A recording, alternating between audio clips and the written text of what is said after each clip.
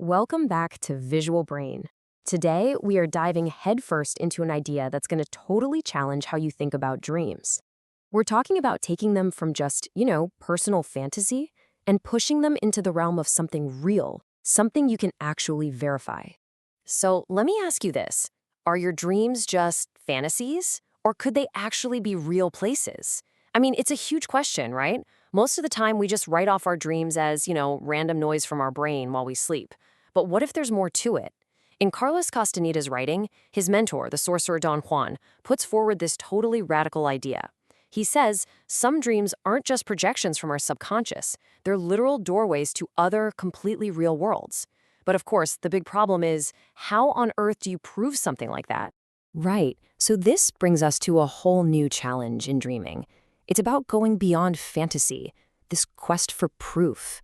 How does a dreamer go from just having a really vivid, lucid dream to actually exploring a place that's tangible? This was the core problem. I mean, it's one thing to be lucid and control your dream, but the next level, the real challenge, was finding a way to prove, to verify that the world you're in is objectively real. Okay, so according to Don Juan, it all comes down to one thing: energy. That's the key difference between a regular dream and a visit to a real, alternate reality. He called a normal dream a phantom world. Think of it like a movie projection. It looks real, but there's nothing actually there. Nothing has its own energetic signature. But a real world, well, that's different. It generates its own energy, just like the world we're in right now. And this leads to the ultimate test, a really mind-bending task for any dreamer. The goal was to learn how to literally see the energy of things while in a dream. And we're not just talking about seeing things more clearly, like in high definition. No, this is about developing a whole new kind of sense, a sense that could tell the difference between a simple projection of your own mind and a real place that exists completely on its own. All right, so let's get into the sorcerer's strange instruction. You'd think that learning to see energy would involve some kind of complicated ritual or a super secret technique, right? But what Juan suggested was, well, it was deceptively simple. The catch? It required a level of commitment and focus that is just, honestly, it's hard to wrap your head around. This was it. This was the command. Simple, right? I want to see the energy of the world. The instruction was to repeat this exact phrase out loud every single time he was in a dream and wanted to figure out if it was real.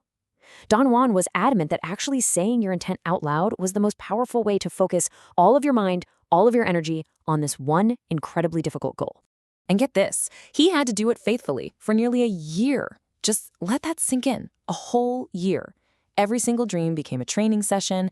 Every moment he realized he was dreaming became another chance to shout this command into the void. This was no casual hobby. It was a full-on, year-long, disciplined mission to completely rewire his perception.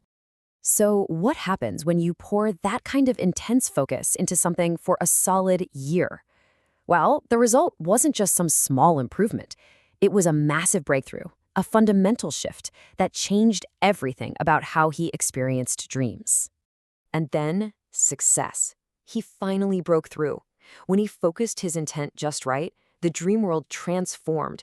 Objects weren't just solid, static things anymore. Instead, he could see their true energetic nature.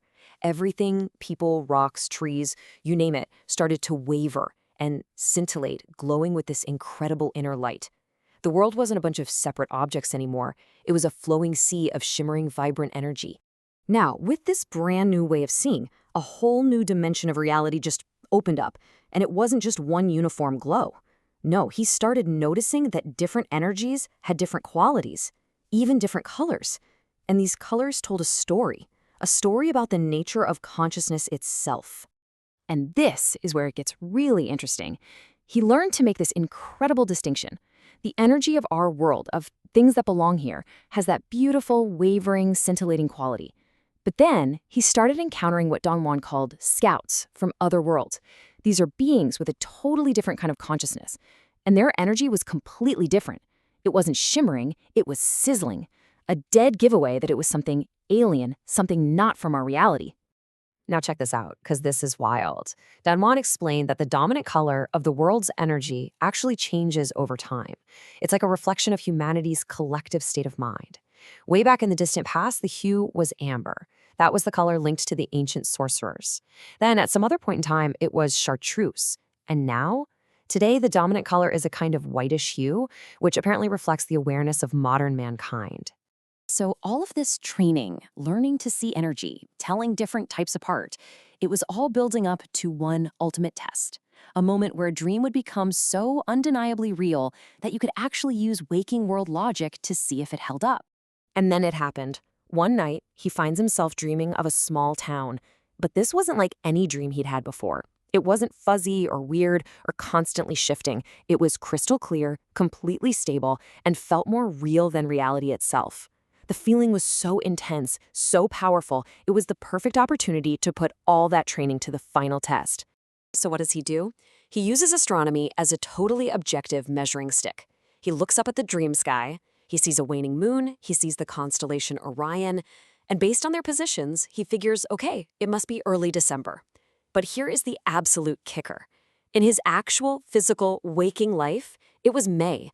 And anyone who knows a little astronomy knows you can't see Orion in the night sky in May. The dream sky was perfectly logically consistent for a December night, but it was completely impossible for his own time and place. And that was the final proof. There was no escaping it. The fact that the dream sky was perfectly consistent with a December night, not a May night, was undeniable evidence that this place was not just a fantasy cooked up in his head.